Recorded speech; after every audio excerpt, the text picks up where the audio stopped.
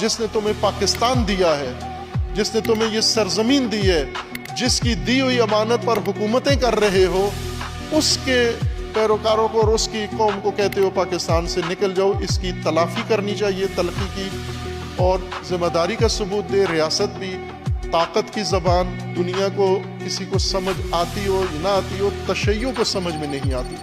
آپ نے دیکھ لیا ٹرمپ نے طاقت کی زبان استعمال کی، ذلیل اور رسوا ہو گیا ہے۔ بے شک تشیع کی لاشوں کی صفیں لگ جائیں گی، آپ ساری زمین، ساری سرزمین کو تشیع کے لہو سے رنگین کر دو گے، لیکن تشیع کبھی بھی تسلیم نہیں ہوگا، ذلت قبول نہیں کرے گا۔